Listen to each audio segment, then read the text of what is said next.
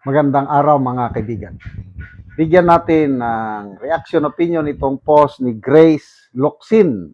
Isang DDS ito from Davao na napakaganda kanyang mga analysis.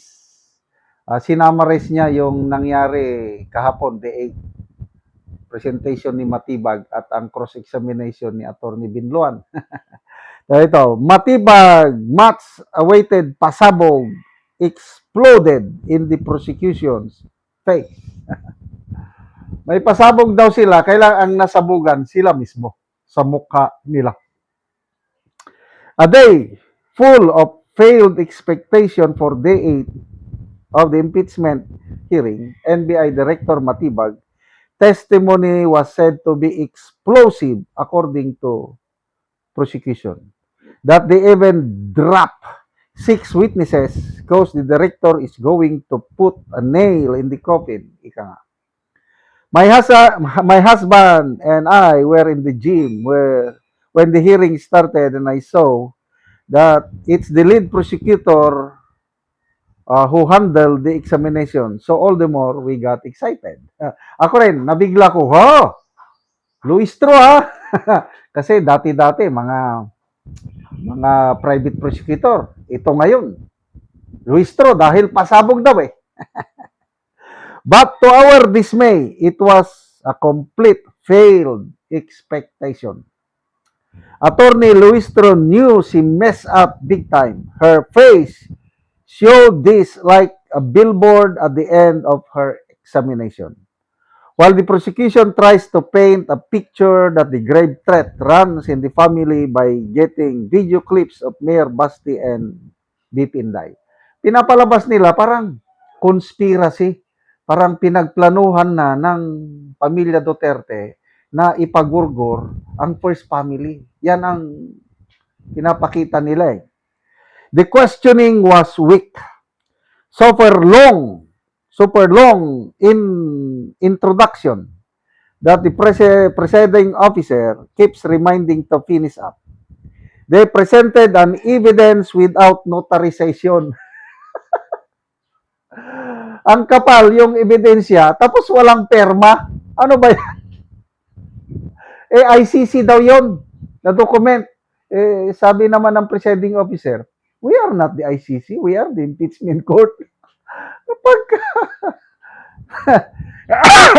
nakakatawa talaga itong si Luistro. Ginawa niyang ICC ang impeachment court. Yan, the president and evidence without notarization.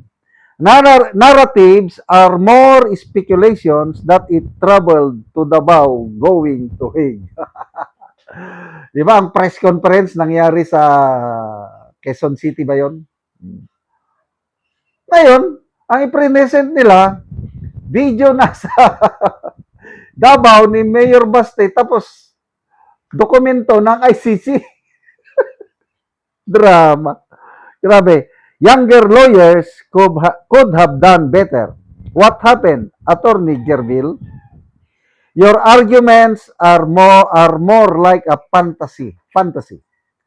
It was so vague, no legal basis. I almost found myself in Encantadia. Mahilig ako manood ng Korean yung Netflix, yung mga Korean series na bumabalik sa Joseon Dynasty, mag-time travel. Nag-enjoy ako noon, parang Encantadia. So, ganun din ang nangyari kahapon. Nag-Encantadia si Luistro. Okay. The defense successfully dismantled their baseless narrative in the cross and exposed that, ito na, number 1, Matibag has no personal knowledge. Inaamin niya. Do you have knowledge? None, sir. Do you have knowledge on this? None, sir. None, sir. Kasi wala pa ko nung panahon yun. November 23, 2024, yung press conference na nagbitaw ng salita si BP Sara. Matibag, February 20, 2026, na siya na-appoint. Wala pa siya noon. So, anong knowledge niya doon? Wala. Kaya nilecturan siya ni Attorney Binluan. Do you know rules of evidence? Rule 130 ba yun? That testimony should have a personal knowledge. Wala kang personal knowledge. Nababasa ko lang po. Grabe, no personal knowledge. His testimony can be considered hearsay. Yung chismis na comment. He has no updated subpoena. Kasi, yung ifinail nilang complaint sa DOJ, grave threat at saka inciting to sedition. Doon sa DOJ, wala pang resolution up to now. Dito sa impeachment trial, ang sinacharge nila kay BP Sara is yung nag-hire siya ng assassin. Ang tanong, did you subpoena the Vice President to answer that charges? Wala pa daw. So where is due process? Inaakusan nila si BP Sara na nag-hire siya ng assassin. Wala namang subpoena pala eh. So, hindi na depensa ni BP Sara ang kanyang sarili dahil they have not issued a subpoena itong NBI na ito. Ano pa? Matibag's wife is one of the signatories of the impeachment, signaling his family's affiliation with the administration. He himself can be liable with grave threats based on a recorded audio. Yung pagmumura niya kay Mel Sabio, brinot out yun sa kahapon. Yung sige, i-report mo. Dahil wala kang ebidensya pag papatayin kita, PI mo. Inamin niya. Outburst of anger daw yun. At mali daw, maling-mali yung ginawa niya. Ayun pala. Maling-mali yung ginawa niya tapos inaakusahan niya si BP Sara na parehas lang sila ng ginawa. Anong klase kang testigo? Ano ba yan? The witness shattered and was the one who exploded right in the prosecution face. Yung bomba niya sumabog sa mismong mukha niya.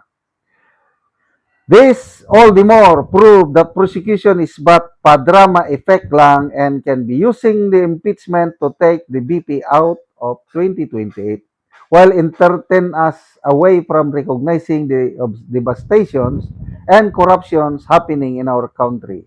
They have no legal footing, no substance. Agree ba kayo? Na ang pasabog nila is sumabog sa kanilang mukha. Salamat mga kaibigan sa inyong pagsubaybay sa channel nito. Nakakatulong tayo ng malaki sa tribong Talandig ng Bukidnon dahil ang video natin sa channel nito is pantulong sa tribo. Namimigay tayo ng libreng yero at pako para makapagpatayo sila ng mas maayos na tirahan. Panoorin nyo ang video nito. Natagaan na mo og yero. So mag-atop na ni siya karon.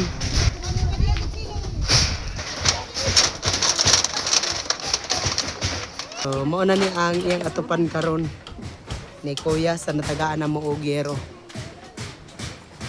Patindog siya og balay.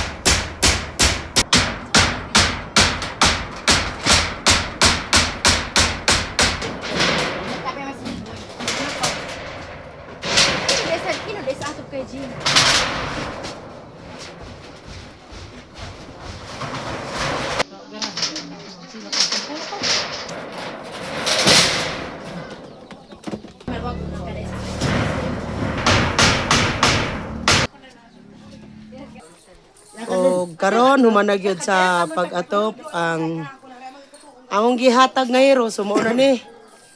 Kuha na gyud kanang nakaatop na gyud ang mga tao nga gitabangan sa yero.